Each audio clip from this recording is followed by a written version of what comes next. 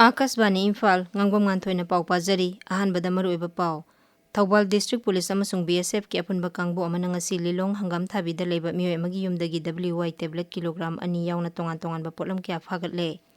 Mizoram Sarkar na aina yadaba nisa oina sizinaba drug sing mapung phana thengnaba tha mari chupna chathagadaba akhanaba campaign ngasi haudoklagani Pradhan Mantri Narendra Modi na hairi terrorism asi miyoy ba khunaida asoba singnaba ama oiri amasung Rashtrapati Draupadi Murmu gi Karnataka amasung Tamil Nadu gi numit humne gi khongchat ngasidagi hauragani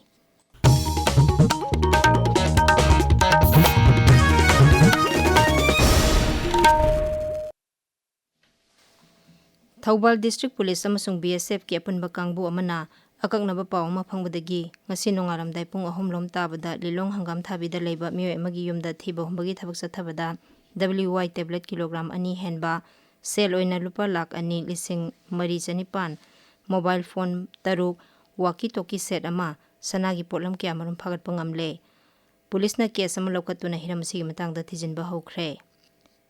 security force na singnaba mafam singda thiba humbagi thabak sathabada Imphal West Jilla gi Kanto Sabal kaingamdagi ngarang Pripak Pro gi miyoy ama phare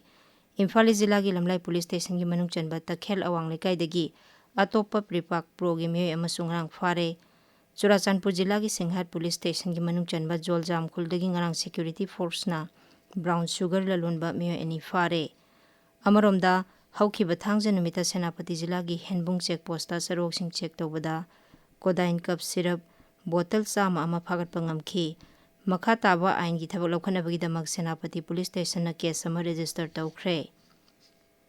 Maitai Khunaida ngalingi matamdagi panji yengba haina sukhangnarakpa Khelsang lon maru hunkibagi ningsing thauram lining thausana mahi temple board na sinduna haying khongban ufong yumpham da leiba lining kol asigi sanglenda pangthokani hairi thauram asiga mari lenana kumchi sahigi maichau konok thengra Khelsang lon ningsing manasing phangadaba miyoy nipan gi mamingsing su laukthokre Deputy Commissioner Imphal East na thokpa order amagi matung ina lambi gi nak yetta ain kaina sajilamba sing takthokpagi thabak lepa leitana sathari Jilla asigi Kairau Bitragi manung chanba yairipok changamdabigi jaga singda niyam kaina sajilamba sing amadi Sawombung SDC na konba khabai soi 7 MR dagi Sawombung gate phawbagi aina kaina sajinba singi takthokpagi thabak loisinkhre ngasigi oina SDO Sawombung gi manungda leiba thangjam khunokdagi Pangai Bazar phawbada takthokpagi thabak hojik chathari masigi tungda Tulihal amasung Androgi manung chanba lamsingi oina chayola sida loisilagani hairi Imphal West Jilla gi Deputy Commissioner gi midyang makhada SDO Lamphel na konba mafam singi oina patadar masa masada notice thaduna hearing tawnaba honari masida miyamna sumateng pangbinaba mari lenaba authority singna khanghalakli National Testing Agency na lawba English ngani kunmanga gi National Eligibility Cum Entrance Test NET ta mai paklaklaba mahiroi ani okpagi thauram ama Imphal Jilla gi yumnam khunawda ngarang pangthokre Apunba Khundrakpam Kendra Tengbang Lupna Sinduna Pangthokiba Thormaduda Lup asigi advisor Sri Nongthombam Rajendro Saruk Yakhi Manipurda thokliba irang asida More amadi Churachandpurdagi lanjenaduna leiriba miyoisingda sarkargi one time interim relief financial assistance ki phangpham thokpa apunba senpham lupa lakh amagi manungda lupa lising 15 khaktamak phangnari adum oinamak miyoy kaya amadi hariba senpham asi sungphang phangdaba yauri More dagi lanjenarakpa singi manungda miyoy chamri chamanga hariba senpham asi sungphang phangdaba yauri haina Maitai Council More gi serolamanda hairi Salai apunba nupi lup sanulal haudokhibagi 10 suba kumon thoram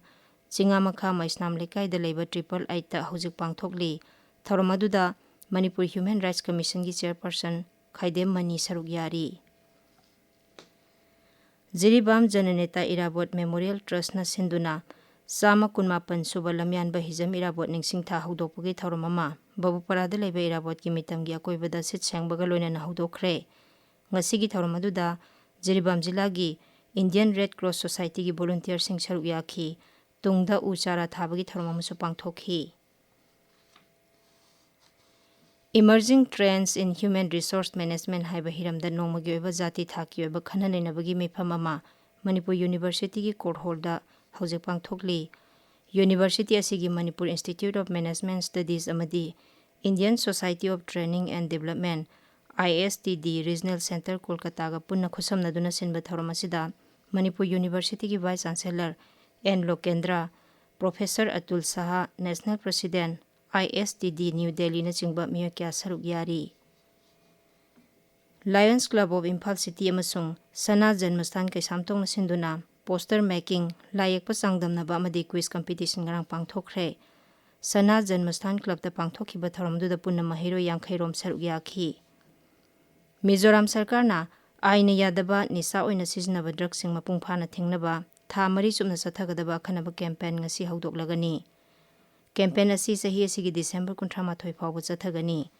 Raija dugi police atai law enforcing agency singa Young Mizo Association ki punna khusamnaduna chathagadaba campaign asi Raija sigi drug na sohalaba laikai khungang amasung ngamkhai jila singda pangthokani. Tabiriba pawse Akashbani Imphal dagini. Pradhanmantri Narendra Modi na hairi terrorism asi miyoiba khunaida achobo singnaba ama oiri maramaduna terrorism gi mong khudingmak manghanaba honagadabani. China gi Tianjin dang asi pangthokpa Shanghai Cooperation Organization SCO gi mifamgi plenary session da Pradhanmantri na wangang bada hai Bharat na haukiba sahi nifuda terrorism gi singnaba thengnaduna lakli. Handak Pahalgam terror attack thokhraba tungda leba asigi damak pukjel tingna lepi rakhiba lebak singbo Sri Modi na thagatpa phongdokhi. Pradhanmantri na hai Shanghai Cooperation Organization gi sadasya ama oina Bharat na chawba thodang kya lauri. Mahak na hai SCO gi khuthangda leba asina security connectivity amadi opportunity hena phanghanaba pandam thamli. Sri Modi na hai आज Uzbekistan का independence day है, कल Kyrgyzstan का राष्ट्रीय दिवस था। इस अवसर पर मैं दोनों लीडर्स को बधाई और शुभकामनाएं देता हूं। एक्सेलेंसी, पिछले 24 वर्षों एससीओ का पूरे यूरेशिया क्षेत्र की एक्सटेंडेड फैमिली को जोड़ने में बहुत महत्वपूर्ण योगदान रहा। भारत ने एक सक्रिय सदस्य के रूप में हमेशा कंस्ट्रक्टिव और सकारात्मक भूमिका निभाई है। एससीओ को लेकर भारत की सोच और नीति 3 मुख्य स्तंभों पर आधारित है। एससीओ, एस सिक्योरिटी, सी कनेक्टिविटी, ओ opportunity. Tungda Sri Modi na ngasi Russia gi Rashtrapati Vladimir Putin ga unaduna leba ani gi oiba wafam kya khanagani.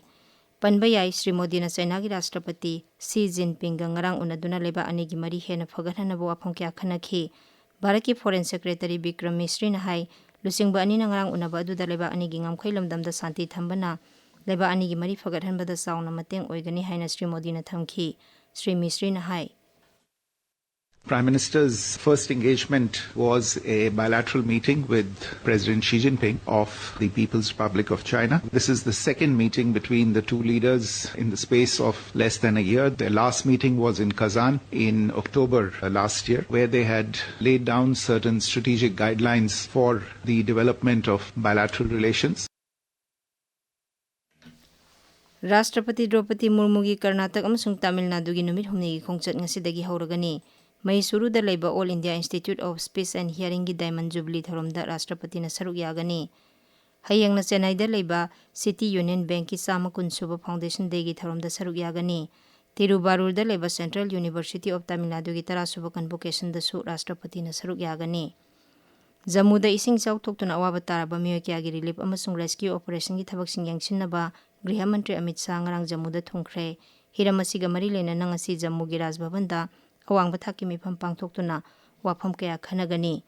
Mifam aduda maru oina ichawna sokhankraba jaga sing nongthaktagi yangsinduna semgat sagatnabagi matangda kupna khanagani.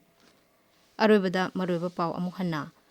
Thawbal District Police amasung BSF ki apunba kangbu amana ngasi lilong hangam thabida leba miyo amagi yumdagi WY tablet kilogram ani yauna tongan ba polum kya phagatle. Mizoram Sarkar na aini yadaba nisa oina siznaba drug sing mapungphana thingnaba tha mari chumna sathagadaba akhanaba campaign ngasi haudoklagani. Pradhanmantri Narendra Modi na hairi terrorism asi miyoiba khunaida achoba singnaba ama oiri amasung Rashtrapati Draupadi Murmu gi Karnataka amasung Tamil Nadu gi numit humni gi khongchat ngasidagi hauragani. Paw loijare.